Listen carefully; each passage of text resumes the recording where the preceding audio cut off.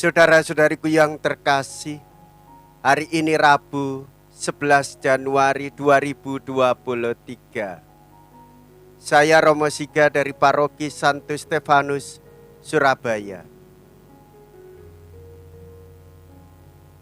Dalam nama Bapa dan Putra dan Roh Kudus, amin.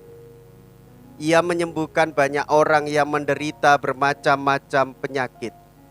Mea culpa, mea culpa, mea maxima culpa. Marilah kita berdoa. Allah Bapa kami di surga, siapakah Engkau sehingga memperkenankan kami ikut serta dalam hidup-Mu? Kami mohon semoga perjanjian-Mu Kau perbarui setiap hari dan semoga kami semakin mengimani bahwa Engkaulah Allah dan Bapa. Dengan pengantaraan Yesus Kristus Putra-Mu Tuhan kami, yang bersama dengan Dikau dalam persatuan Roh Kudus, hidup dan berkuasa Allah sepanjang segala masa. Amin. Tuhan bersamamu dan bersama rohmu. Inilah Injil suci menurut Markus. Dimuliakanlah Tuhan. Markus bab 1 ayat 29 sampai dengan ayat 39.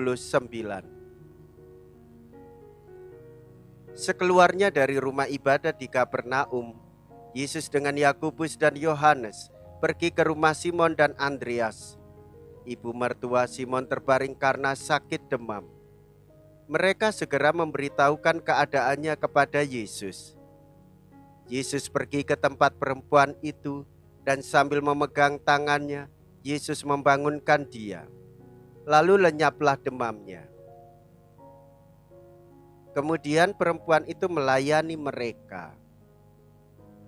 Menjelang malam, sesudah matahari terbenam, dibawalah kepada Yesus semua orang yang menderita sakit dan kerasukan setan.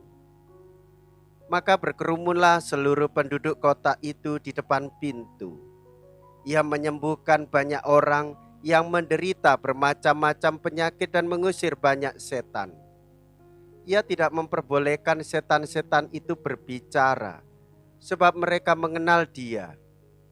Keesokan harinya, waktu hari masih gelap, Yesus bangun dan pergi keluar. Ia pergi ke tempat yang sunyi dan berdoa di sana.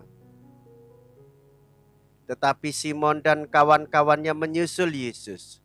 Waktu menemukan Yesus, mereka berkata, "Semua orang mencari Engkau." Jawab Yesus, "Marilah kita pergi ke tempat lain, ke kota-kota yang berdekatan, supaya di sana juga aku memberitakan Injil. Karena untuk itu aku telah datang." Lalu pergilah Yesus ke seluruh Galilea, memberitakan Injil dalam rumah-rumah ibadat mereka dan mengusir setan-setan. Demikianlah sabda Tuhan. Terpujilah Kristus. Saudara-saudariku yang terkasih, Tuhan kita Yesus Kristus, Dialah Sang Guru kita. Ia bekerja melayani, mengikuti kehendak Bapanya. Ia menyembuhkan orang sakit.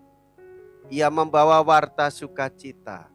Dan tidak hanya untuk satu orang, dua orang, tetapi semua orang. Ia jumpai dan Ia sembuhkan. Saudara-saudari, Yesus menaruh belas kasih kepada kita juga. Maka Ia mau mengambil bagian dalam hidup kita. Orang yang mengejar mujizat dihindarinya. Ia mencari orang-orang yang biasanya kita singkirkan. Perutusannya ialah dalam segala hal ikut ambil bagian dalam hidup orang-orang sederhana. Untuk itu menimba kekuatan dari Bapa. Maka Ia mencari tempat yang sunyi dan berdoa. Saudara-saudariku yang terkasih, dalam permenungan yang ditulis oleh Paus Fransiskus dalam ensikliknya, yaitu Lumen Fidei,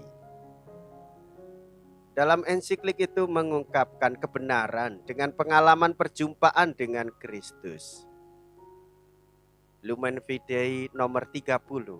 Kebenaran yang diungkapkan iman kepada kita adalah sebuah kebenaran yang berpusat pada sebuah perjumpaan dengan Kristus, pada permenungan akan hidupnya, dan pada kesadaran akan kehadirannya.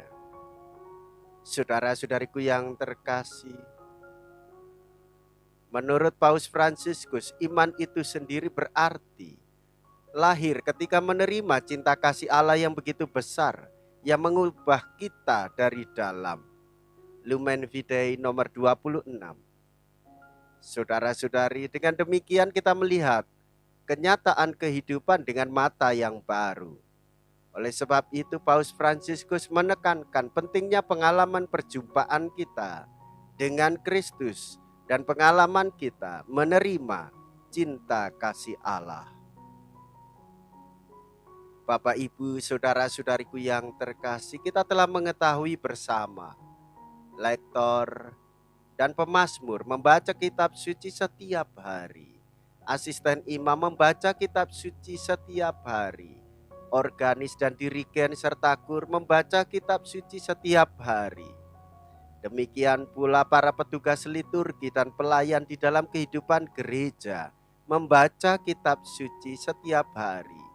Demikianlah gereja menghendaki supaya keluarga-keluarga mendasarkan diri dalam perjumpaan dengan Kristus setiap hari dengan membaca kitab suci, memasukkannya di dalam hati, mewujudkannya di dalam kehidupan sehari-hari.